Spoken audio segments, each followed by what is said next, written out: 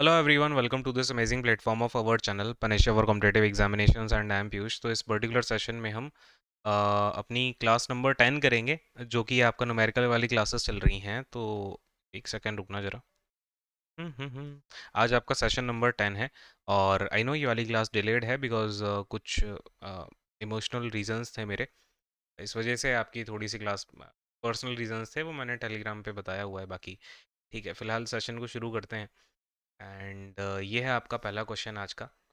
ये देखो यहाँ पे क्या बोल रहा है, हम सीधे देखो आज न्यूमेरिकल्स को डिस्कस करने लग रहे हैं और इसमें आपको आज की क्लास से काफ़ी कुछ चीज़ें देखने को मिलेंगी जो आपके एग्जाम में डायरेक्ट भी आ सकती हैं। ठीक है, तो आज की क्लास को थोड़ा सा ध्यान से ही करिएगा। अब पहला क्वेश्चन है कि a car accelerates uniformly from 5 metre per second to 10 metre per second in 5 second. तो देखो यहाँ पे आपको बता रहा है कि एक कार है ना, ये कार है।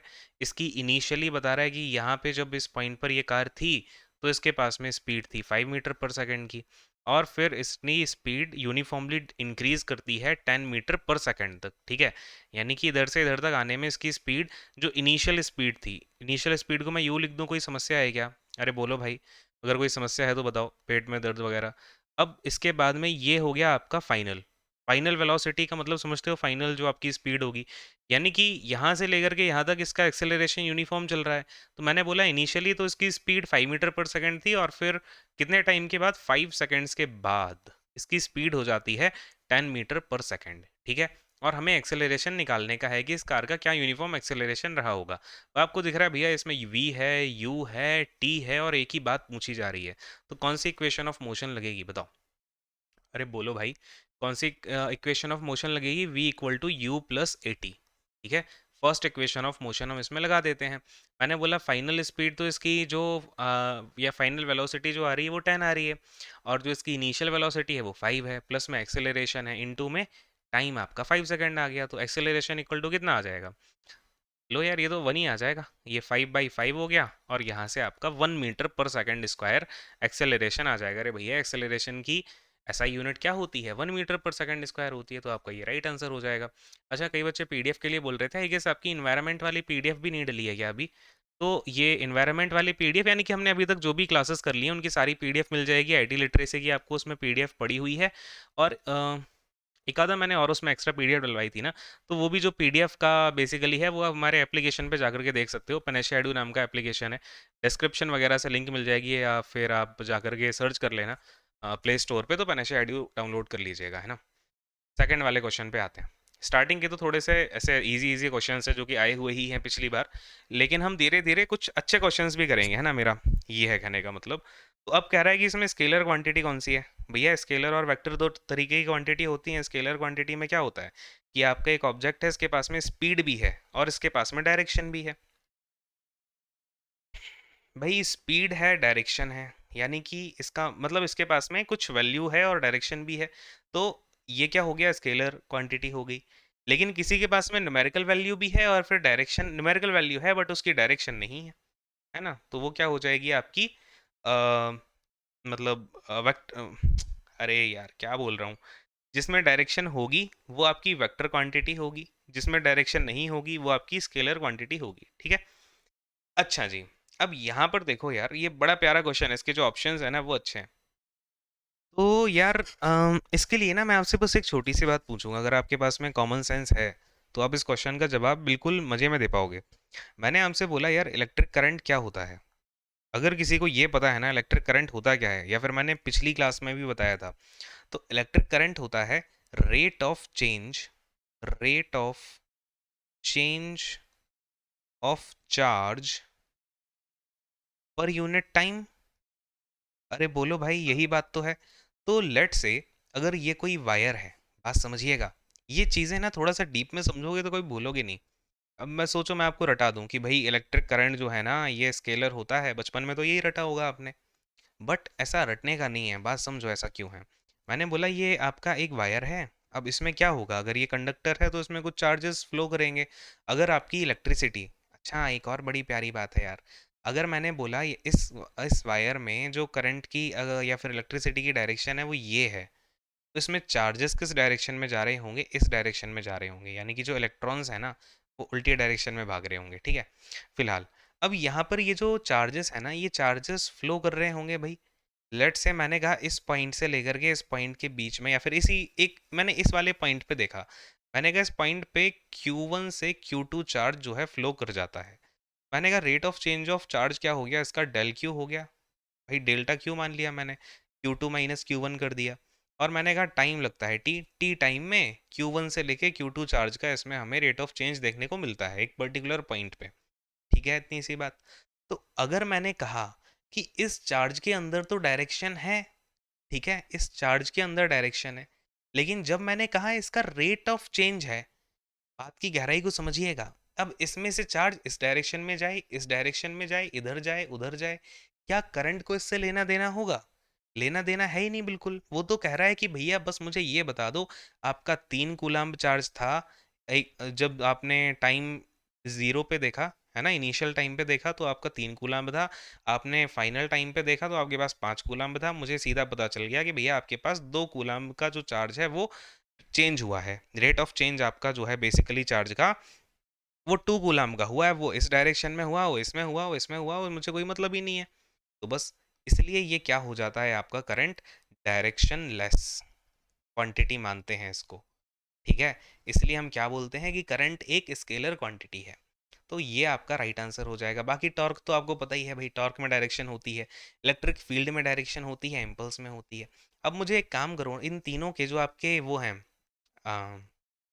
एसआई यूनिट, इन तीनों के एसआई यूनिट बताओ मुझे। ठीक है, करंट का तो सबको पता ही होगा, एम्पियर होता है। इन तीनों के बताइए फटाफट, अगले वाले सवाल पे आते हैं। अब particle starts moving from rest under uniform acceleration. ठीक है, एक पार्टिकल था वो पहले रेस्ट पे पड़ा हुआ था मजे में, फिर एक यूनिफॉर्म एक्सेलरेशन इस पे लगाया जाता है, और ये डिस्टेंस x को ट्रैवल करता है पहले 2 सेकंड में, and distance y in next 2 second, if y equal to nx then n equal to. ठीक है, ओके, ये तो काफी बढ़िया सवाल हो गया यार। हम्म, सिनेरियो इमेजिन करते हैं इसका जरा सा। इसने बोला कि एक चार्ज है यहाँ पे, लट से आपका इनिशियली जो ये चार्ज पड़ा होगा, तो यहाँ पर इसकी initial velocity 0 metre per second होगी, है ना, क्योंकि रेस्ट पे है। यहाँ पे था ये रेस्ट पे।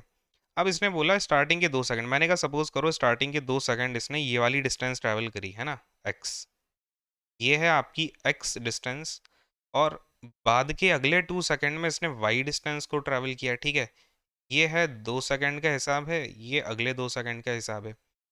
सही बात है, यही बोल रहा है। अब और क्या है अपने पास में? ओके ठीक है, देखो यार, सबसे पहले तो हमें क्या करना चाहिए, इस क्वेश्चन को देख के आपको क्या समझ आ रहा है कि यार अपने पास में यू गिवन है, टाइम गिवन है, और अगर हम देखें कौन सी इक्वेशन ऑफ मोशन इसमें लग जाएगा भैया, अगर हमें ये डिस्टेंस नापनी हो तो सेकंड इक्वेशन ऑफ मोशन लग जाएगी। ठीक बात है, एस इक्वल टू में U T plus half A T square, क्योंकि हम भाई एक्सेलरेशन निकाल लेंगे अगर एक्सेलरेशन पता चल जाएगा तो, क्योंकि इसने क्या बोला, यूनिफॉर्म एक्सेलरेशन पे गाड़ी अपनी चल रही है, तो पूरी इस थ्रू आउट जर्नी एक हमें यूनिफॉर्म एक्सेलरेशन मिल जाएगा। अब भैया यू तो है ज़ीरो, तो ये तो पूरा ज़ीरो हो गया। अब एस इक्वल टू में आ जाएगा हाफ इंटू ए इंटू टी स्क्वायर, टी आपका 2 सेकंड का है तो ये 4 हो जाएगा। एस डिस्टेंस भी हमारे को पता है भैया, भाई ऐसे नहीं पता तो वेरिएबल के फॉर्म में तो पता ही है कि एक्स है ना। तो अगर हम देखें एक्स की वैल्यू आ जाएगी आपका 2a ना, तो एक्स आ जाएगा 2a। ये क्या कह रहा है वाई, अब देखो भैया यहाँ से वाई भी निकाल लेते हैं यार। अच्छा एक बात बताओ, थोड़ा सा दिमाग दौड़ाना, क्या मैं इस इतनी सी डिस्टेंस के निकालने के लिए यहाँ पर सेकंड इक्वेशन ऑफ मोशन लगा पाऊंगा? अगर आप बोलोगे हाँ, तो वहीं आपके ऊपर जो है एक बिल्कुल झन्नाता हुआ एक बढ़िया सा एक ठंडा ठंडा बर्फ का झोंका लगना चाहिए यहाँ पे, क्योंकि हमारे पास में जो v आएगी ना, जो इसकी वेलोसिटी यहाँ पर होगी, वो हमें पता ही नहीं है। तो हम इस पूरे सिनारियो को उठा लेते हैं x से लेकर के y। तो हमने कहा हमारी पूरी डिस्टेंस ट्रेवल तो हो गई x plus Y equal to में u, तो वही अपना ज़ीरो हो जाएगा, तो मैं ut हटा ही देता हूँ, तो हाफ इंटू में एक्सेलरेशन, अब क्योंकि मेरे को पता है एक्सेलरेशन है मेरा 2a, तो मैं एक्सेलरेशन डाल देता हूँ 2a। ठीक है, और नहीं, एक्सेलरेशन बेसिकली मैं डाल देता हूँ x/2, नहीं बैड, x/2 है ना। और क्या है अपना t, तो t हो जाएगा आपका 2 + 2 यानी कि 4। और 4 का स्क्वायर हो जाएगा 16, ठीक है। 4 से जाएगा ये आपका 4 टाइम्स, तो x plus Y equal to में निकल के आ गया अपना 4x, y इक्वल टू आ गया अपना 3x। अच्छा जी, अब ये क्या कह रहा है, y और x के बीच में रिलेशन इसने n का बताया था, तो n की वैल्यू आ गई, लो 3 आ गई, ठीक है। तो ऐसा कोई भी न्यूमेरिकल आता है ना, तो आपको दिमाग कुछ मतलब जो जो बोलता जा रहा है ना उसमें अपना मामला फिट करते जाओ, बस ये कहानी है। इसलिए मैंने ये सारे के सारे क्वेश्चंस ना मैं इस तरीके से कर रहा हूँ, ये मेरे सामने पहली बार आए हो, मैंने ये क्वेश्चन देखे नहीं है अभी तक। मुझे जो है ये सामने बस दे दिया गया कि सर ये क्वेश्चंस हैं, तो ये है चीज़। आपको इसलिए मैं बिल्कुल रॉ ही रखना चाहता हूँ इन क्लासेस को। A car moving with a speed of 50 kilometre per hour can be stopped by a brake, ठीक है जी, 6 मीटर के बाद है। और ठीक है, if the same car is moving at a speed of 100 kilometre per our the minimum stopping. अच्छा, ये बोलता है कि यार अगर कार हमारी 50 किलोमीटर पर आवर से मूव कर रही है, तो उसको ब्रेक अगर हम लगाते हैं ना, जैसे ये कार है, मैंने इस पॉइंट पे ब्रेक लगाया तो वो इतना चलेगी, यानी कि जिस टाइम पे मैंने ब्रेक मारा उससे 6 मीटर आगे जाकर के रुक जाएगी। अब देखो ये इसने बड़े चुपके से आपको इनिशियल वेलोसिटी बता दी, फाइनल वेलोसिटी तो जीरो हो ही जाएगी इसकी। अब ये पूछ रहा है कि भैया दूसरे वाले केस में इसकी ये 100 की इनिशियल वेलोसिटी से आ रहा है किलोमीटर पर आवर से, तो मिनिमम स्टॉपिंग डिस्टेंस यहाँ पर कितनी होगी, ठीक है। इसका वी भी जीरो होना है, तो सबसे पहले हम भैया क्या निकाल लें, हम भैया एक्सेलरेशन निकाल लेते हैं। तो V equal to U plus 80, V equal to 0, 50 plus आपका एक्सेलरेशन। देखो अब यहाँ पर क्या है, ये एक्सेलरेशन जो है इसमें नेगेटिव एक्सेलरेशन तो लग रहा है, रिटार्डेशन ही तो हो रहा है इसका।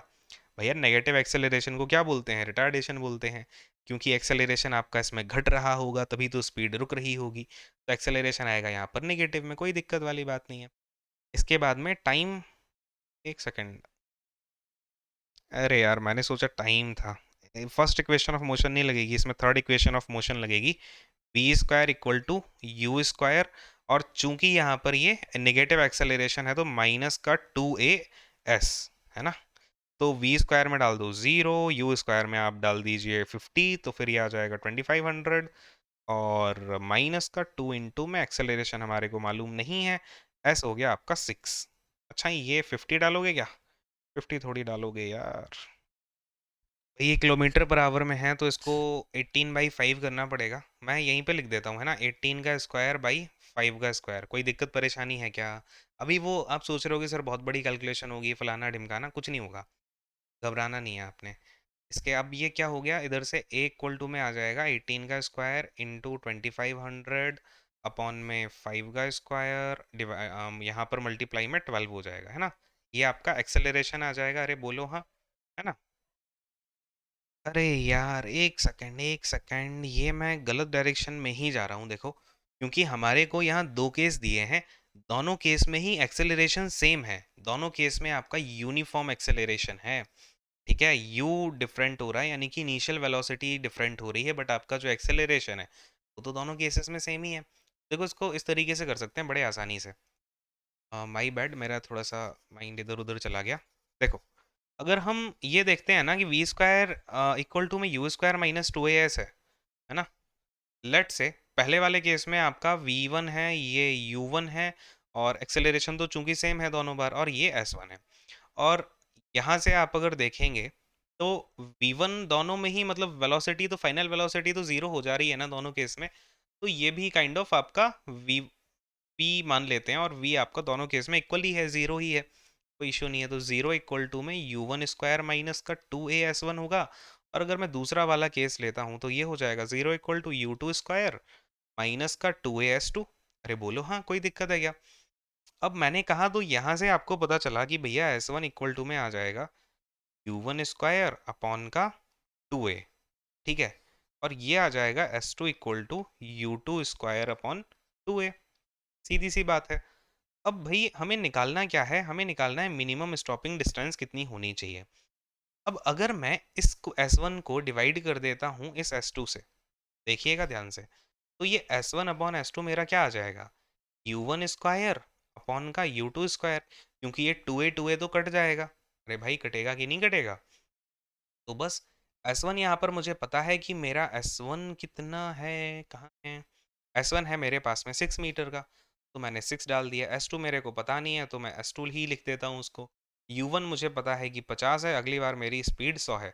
अब आप कहोगे सर आपने यहाँ पे किलोमीटर पर आवर था ना, मैंने कहा यार ये किलोमीटर पर आवर में है, ठीक है, ऊपर वाला, नीचे वाला ये किलोमीटर पर आवर में है, तो ये दोनों की यूनिट तो कटी जानी है ना, क्योंकि दोनों में तो आप 5/18 का मल्टीप्लाई करोगे। अरे बात समझ गए ना? तो यहाँ से आपका ये आ जाएगा 1/2, और S2 आपका हो जाएगा 6×2 = 12, ठीक है। तो 12 मीटर बाद आपकी दूसरी वाली कार रुक जाएगी। ये वाली कहानी है। हम पहले वाले केस, मतलब मैं जो स्टार्टिंग में कर रहा था वो अलग ही जोन में जा रहा था, उसमें कितना बड़ा हो जाता सवाल। अब ये क्या क्वेश्चन है, a body is thrown with a velocity 20 metre per second. Okay, देखो भाई, यहाँ पर प्रोजेक्टाइल मोशन का सवाल आ गया आपका। इसमें आपसे कह रहा है कि भैया ये आपका एक कोई भी एक, लेट से कोई बॉल फेंकी जा रही है, बॉडी क्या फेंकेंगे आप, बॉल मान लीजिए, इसको आपने 30 डिग्री एंगल पर फेंका, इस तरीके से फेंका है, 30 डिग्री का एंगल बना रहा है, और इसकी जो वेलोसिटी है u है वो इसका 20 मीटर पर सेकेंड का है। तो आपको निकालना क्या है, टाइम निकालना है, जी आपको गिवन है कि 10 मीटर पर सेकेंड स्क्वायर लेना है। तो भाई ऐसे केस में टाइम का तो सीधा फॉर्मूला होता है, लगा दीजिए। टाइम इक्वल टू में क्या होता है, 2u sin theta, 2u sin theta upon में क्या आ जाएगा आपका, ग्रेविटेशनल एक्सेलरेशन, हाँ कि नहीं। टी इक्वल टू में 2 इंटू में आपका ये इनिशियल वेलोसिटी कितना है, 20 है, और साइन 30 की वैल्यू कितनी होती है भैया, 1/2 होती है, जहाँ तक मुझे पता है 1/2 ही होती है। ये ले लेते हैं 2, ये कट गया, टाइम आपका 2 सेकंड आ गया, ये लो फटाक से आंसर आ गया। तो ये थोड़े थोड़े फॉर्मुलेज हैं, ये आप देख के जाइएगा, है ना, इसलिए मैंने ये वाला क्वेश्चन डाला था। अब क्या है, a rope of length 10 metre and linear density 0.5 kg per metre is lying lengthwise on a smooth horizontal floor. अच्छा ठीक है, ये एक फ्लोर है, इसके ऊपर इस तरीके से आपकी ये रोप पड़ी हुई है। It is pulled bye a force of 25 Newton, the tension in the rope. Okay, this is also a very good question. देखिए, अब यार इस सवाल को समझना बहुत ज़रूरी है, ध्यान से समझना। एक्चुअली में हो क्या रहा है इस क्वेश्चन में, ये रोप पड़ी है, ठीक है, इस रोप की जो पूरी लेंथ उसने बताई वो कहा कि 10 मीटर है। इस रोप की लीनियर डेंसिटी को मैं एल डी लिख देता हूँ। लीनियर डेंसिटी दे रखी है हमारे को 0.5 kg/मीटर, ठीक है। और बेसिकली मतलब लीनियर डेंसिटी का फॉर्मूला पता है ना, लीनियर डेंसिटी इक्वल टू में होता है मास अपॉन का लेंथ, ठीक है। ये होती है लीनियर डेंसिटी, क्योंकि अब, अच्छा डेंसिटी का फॉर्मूला पता है ना, चलो सब लोग डेंसिटी का फॉर्मूला बताओ, है ना। डेंसिटी में जब हम लीनियर डेंसिटी देख रहे होते हैं ना, तो उसमें हम सिर्फ मास लेते हैं डिवाइडेड बाय लेंथ लेते हैं, क्योंकि उसमें एरिया है नहीं, लीनियर पड़ा हुआ है, इसलिए हम नीचे लेंथ लेते हैं, है ना, मास अपॉन एरिया की जगह मास अपॉन लेंथ लेते हैं, कॉमन सी बात है, इसमें परेशान मत होना। अब ये 10 मीटर की इसकी पूरी लेंथ है, बात समझिएगा, ये कह रहा है कि आप 25 न्यूटन का फोर्स भी लगा रहे हो। मैंने कहा अगर मैं फोर्स लगा रहा हूँ तो इसको खींच रहा हूँगा, है ना, अपनी तरफ ही खींचूंगा, क्योंकि आप रोप में फोर्स लगा के अपोजिट डायरेक्शन में तो नहीं फेंक सकते हो, है ना। तो tension in the rope at a point 6 metre away from the point of application. Suppose करो मैंने इसको यहाँ से पकड़ा हुआ है, कह रहा है जहाँ आपने पकड़ा है ना उससे 6 मीटर दूर इधर आ जाओ, लेट्स से यहाँ पे है, तो यहाँ पर कितना टेंशन लग रहा होगा। तो मैंने कहा यार जो जमीन पे पड़ा होगा इसका रस्सी का हिस्सा, वो 4 मीटर पड़ा होगा, बात समझ पा रहे हैं। तो हमें 4 मीटर बाद के पॉइंट पे कितना टेंशन लग रहा है ये ज्ञात करना है, ठीक है। कोई दिक्कत परेशानी। अच्छा, टेंशन का फॉर्मूला आता है क्या आपको, अगर नहीं आता है तो टेंशन इक्वल टू लिख लीजिएगा। टेंशन इक्वल टू होता है आपका ये, एक्सेलरेशन गिवन नहीं है क्या, एक्सेलरेशन हमें निकालना पड़ेगा इसका, एक्सेलरेशन मल्टीप्लाइड बाई डेंसिटी, ठीक है, ये होता है। तो बेसिकली इस केस में हो जाएगा आपका लीनियर डेंसिटी इनटू एक्सेलरेशन। कोई दिक्कत परेशानी। अब देखो, अब मैंने कहा यार सबसे पहले तो मुझे एक्सेलरेशन चाहिए रहेगा, ठीक है, एक्सेलरेशन चाहिए तो हमें कैसे निकलेगा एक्सेलरेशन, भाई फोर्स गिवन है हमारे को, यहाँ पे मास पता चल जाएगा, तो मास इनटू एक्सेलरेशन करेंगे तो हमें एक्सेलरेशन मिल जाएगा। बात समझ पा रहे हैं। तो सबसे पहले हम निकालते हैं मास, क्योंकि भैया मास की भी तो ज़रूरत है F equal to M A में डालने के लिए। मास कहाँ से, इस फॉर्मूले से निकाल लेते हैं, लीनियर डेंसिटी 0.5 है, मल्टीप्लाई कर देते हैं लेंथ का जो कि 10 है, तो हमारा मास आ गया 5 kg। कोई दिक्कत, कोई दिक्कत नहीं है। अब मैंने कहा इस फॉर्मूले में वैल्यूज़ को डालते हैं, फोर्स है 25 न्यूटन का, मास है 5 kg का, इंटू में एक्सेलरेशन, तो मेरा एक्सेलरेशन आ जाएगा 5 मीटर पर सेकेंड स्क्वायर। अरे बोलो हाँ कि नहीं, ठीक है। अच्छा जी, अब मेरे पास में एक्सेलरेशन पड़ा हुआ है। अब एक बात समझना, जो टेंशन मुझे निकालने का है, ये जो टेंशन टी निकाल रहा हूँ, वो मुझे लीनियर डेंसिटी कितने की लगानी पड़ेगी, क्यों कितनी जमीन, कितनी मतलब फ्लोर पे कितनी रस्सी पड़ी हुई है, जो रस्सी फ्लोर पे पड़ी है उस पे ही तो लीनियर डेंसिटी लगेगा। भैया जो रस्सी हवा में है उस पे कहाँ से लीनियर डेंसिटी लगाओगे? तो आपने जब इस रस्सी को पकड़ा, बात समझ रहे हो ना, ये पकड़ा आपने, अगर 6 मीटर दूर यहाँ पकड़ के हो भैया, तो यहाँ पर ये फ्लोर पे पड़ रहा है, ये कह रहा है कि एप्लीकेशन पॉइंट जो है वो 6 मीटर अवे है। तो जो आपकी रोप है वो 6 मीटर दूर, ये पूरा 10 मीटर का है, ये 6 मीटर का हिस्सा है, तो जो रस्सी का हिस्सा जमीन पे पड़ा होगा वो 4 मीटर का ही तो पड़ा होगा। अरे बोलो हाँ। अगर 4 मीटर का पड़ा है तो यहाँ पे टेंशन आप किसकी निकालोगे? वो 4 मीटर वाले हिस्से की। मैंने कहा यार यहाँ पर मैं एक्सेलरेशन डालता हूँ 5 का, और लीनियर डेंसिटी मुझे 4 मीटर वाले की चाहिए। तो मास, मास कितना है भैया रस्सी का? एक सेकंड, एक सेकंड, मास नहीं लेंगे भैया, मास तो क्योंकि ये 10 मीटर की रस्सी का मास पता चला मैं 5 केजी। अरे ऐसा करो ना, देखो ये आपको लीनियर डेंसिटी क्या बोल रहा है? हर 1 मीटर पे 0.5 केजी का लीनियर डेंसिटी है।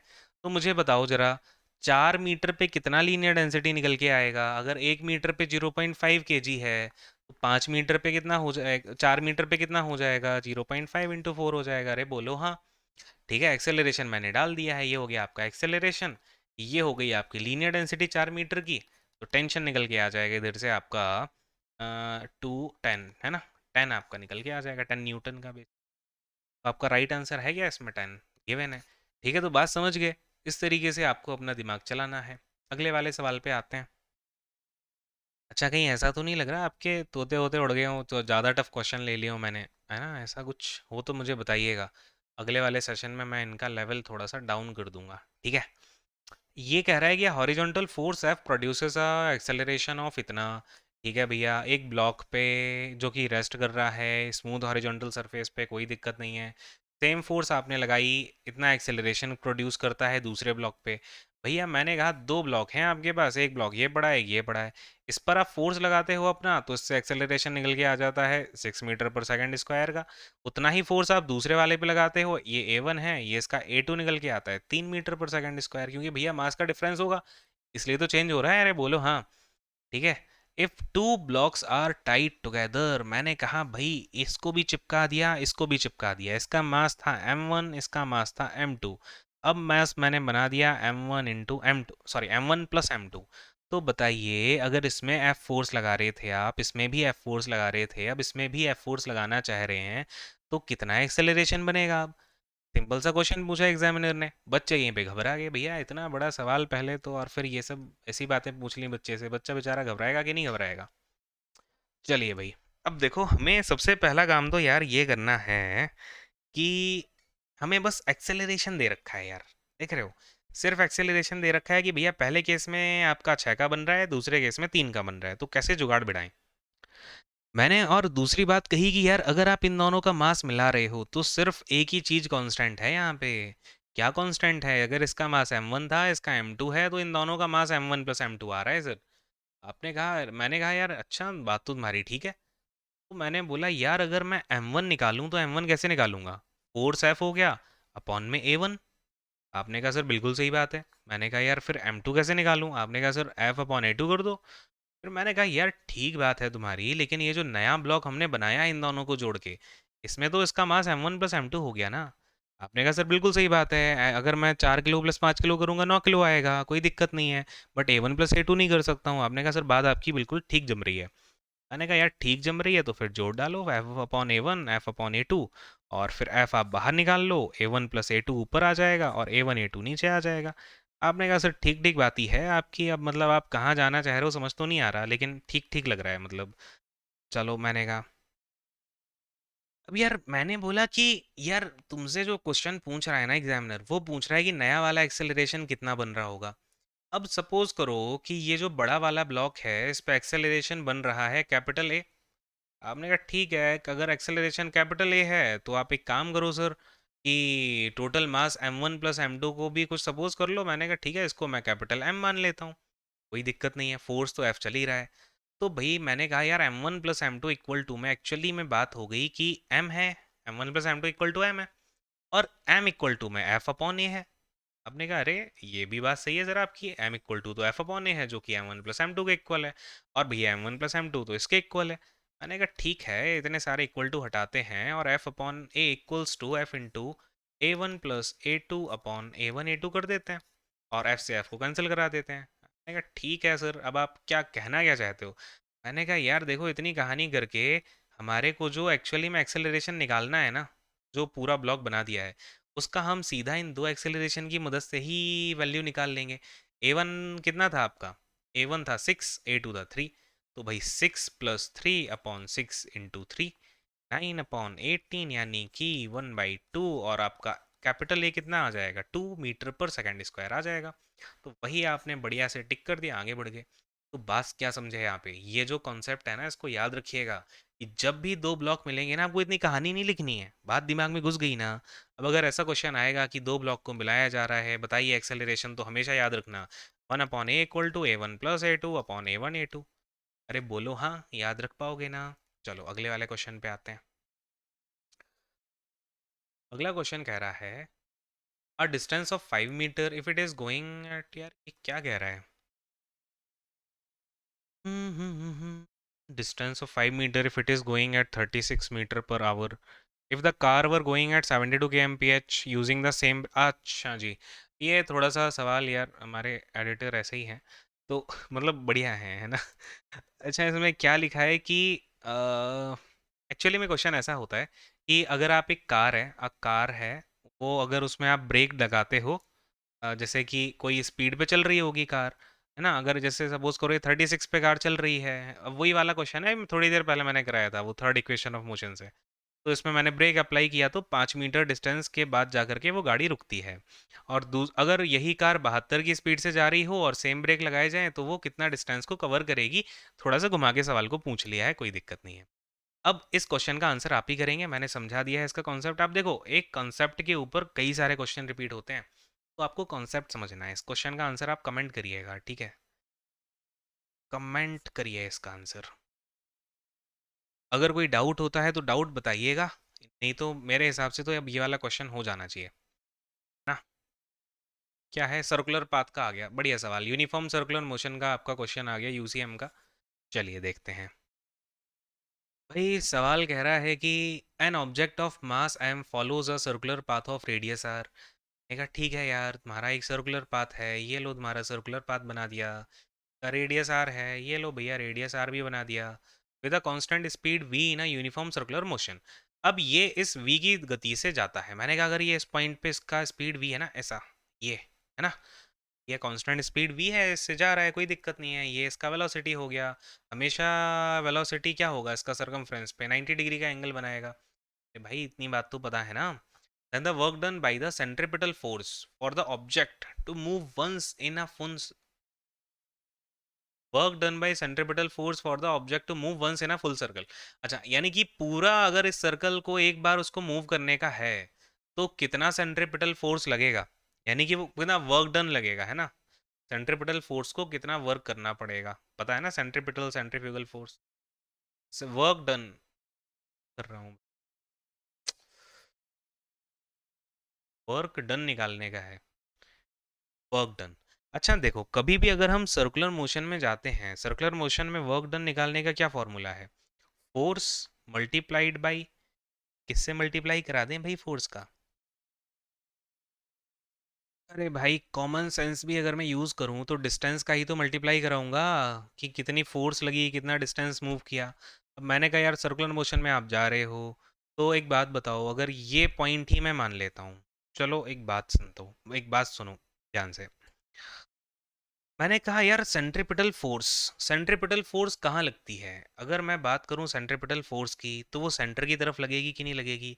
अगर ये पॉइंट इधर होगा तो इधर लगेगी फोर्स, अगर ये इधर होगा तो इधर लगेगी फोर्स। अगर सेंट्रीपिटल सेंट्रीफ्यूगल फोर्स की बात करें तो वो आउट, मतलब ये अगर ऑब्जेक्ट है तो इससे बाहर की तरफ लगेगी। यही बात है ना, centripetal inside the centre of the circle, centrifugal outside the centre, outside the circumference of the circle, ठीक है। अच्छा जी, अब अगर फोर्स मैंने माना यहाँ पर है मेरा ऑब्जेक्ट, फोर्स लग रहा है इधर, इस डायरेक्शन में फोर्स लगा रहे हैं भैया, ये है फोर्स का डायरेक्शन। और जो आपका डिस्टेंस है वो ऐसे जा रही है भैया, क्योंकि आपकी जो वेलोसिटी है वो इस डायरेक्शन में है, तो आपका डिस्प्लेसमेंट भी तो सेम डायरेक्शन में ही होगा, वेलोसिटी के डायरेक्शन में। आपने कहा ठीक बात है सर, लेकिन अगर मैं कहूँ कि इसके v का हॉरिजॉन्टल कंपोनेंट देखना है मेरे को, तो हॉरिजॉन्टल कंपोनेंट क्या होगा इसका? Cos theta. भाई किसी भी, अगर हम ये बात करते हैं कोई भी, लट से अगर ये v डायरेक्शन है, या फिर सपोज करो ये थीटा है, ऐसे ये सब आता है आपको कि नहीं आता है यार? ये देखो, ये आपका नॉर्मल है, ये थीटा है, और ये लट से आपकी v स्पीड है इधर। तो इसका हॉरिजॉन्टल कंपोनेंट होगा v cos थीटा, और इसका जो परपेंडिकुलर कंपोनेंट होता है वो होता है v sin थीटा, है ना? अब यहाँ से देखो, ये अगर एंगल मैं देख रहा हूँ कि भैया ऑब्जेक्ट या एंगल ये वाला बन रहा है, तो ये एंगल अगर थीटा है, तो भैया इसका जो वेलोसिटी का कंपोनेंट होगा, या जो डिस्टेंस का, बेसिकली मैं बार बार वेलोसिटी क्यों ले रहा हूँ, इसका डिस्प्लेसमेंट d मान लो, इसका d का जो कंपोनेंट होगा वो क्या होगा, f into D cos theta, क्योंकि फोर्स की डायरेक्शन में ही तो लेके आना पड़ेगा ना उसका फैक्टर में। आपने कहा सर ठीक बात हो गई ये भी। अब मैंने कहा यार, ये जब भी यहाँ पर सरकमफ्रेंस पे होगा ऑब्जेक्ट, इसकी जो डायरेक्शन होगी डिस्प्लेसमेंट की, वो हमेशा 90 डिग्री का एंगल बनाएगी। आपने कहा ठीक है सर, तो थीटा 90 डिग्री डाल दो, इतना बड़ा पिक्चर क्यों बना रहे हो? मैंने कहा ठीक है यार, तुम बात समझ ही गए हो तो कोई बात ही नहीं है। अब ये कॉस 90 डिग्री डाल दिया है, इस वजह से पूरी कहानी हो जाएगी ज़ीरो। ज़ीरो बटा सन्नाटा, है ना? राइट आंसर आपका हो जाएगा ज़ीरो। ठीक है? अरे बात समझ में आती है क्या? अरे बोलो हाँ।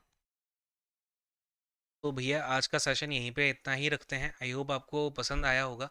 अच्छा, न्यूमेरिकल्स अगर आपको ऐसा लग रहा है ज़्यादा हाई उस पे जा रहे हैं, तो आप बता दीजिएगा, हम इनको थोड़ा सा क्वालिटी लो कर देंगे, कोई दिक्कत नहीं है। लेकिन मुझे जो कराना है वो तो मैं कराऊंगा ही, ठीक है? तो फिलहाल इस सेशन को एंड करता हूँ, एंड लाइक शेयर फलाना ढिमकाना जो भी है कर दीजिएगा। अगर आपको साइको टेस्ट सीरीज़ चाहिए, तो एएलपी की साइको टेस्ट सीरीज़ हमने लॉन्च की हुई है, जिसमें कि 50+ साइको टेस्ट के आपको पूरा मतलब एग्ज़ाम पैटर्न पे मिल रहे हैं देखने को। उसकी इन्फॉर्मेशन के लिए आप one e infotech@gmail.com इस मेल आईडी पर कांटेक्ट कर सकते हैं। उसके बारे में कोई भी इन्फॉर्मेशन लेने के लिए, या फिर वीडियो वीडियो देख लेना यार, कहीं पड़ी है वो वीडियो भी। ये कहानी है। फिलहाल इस सेशन को एंड करता हूँ। Thank you so much, God bless you all, take care and bye bye.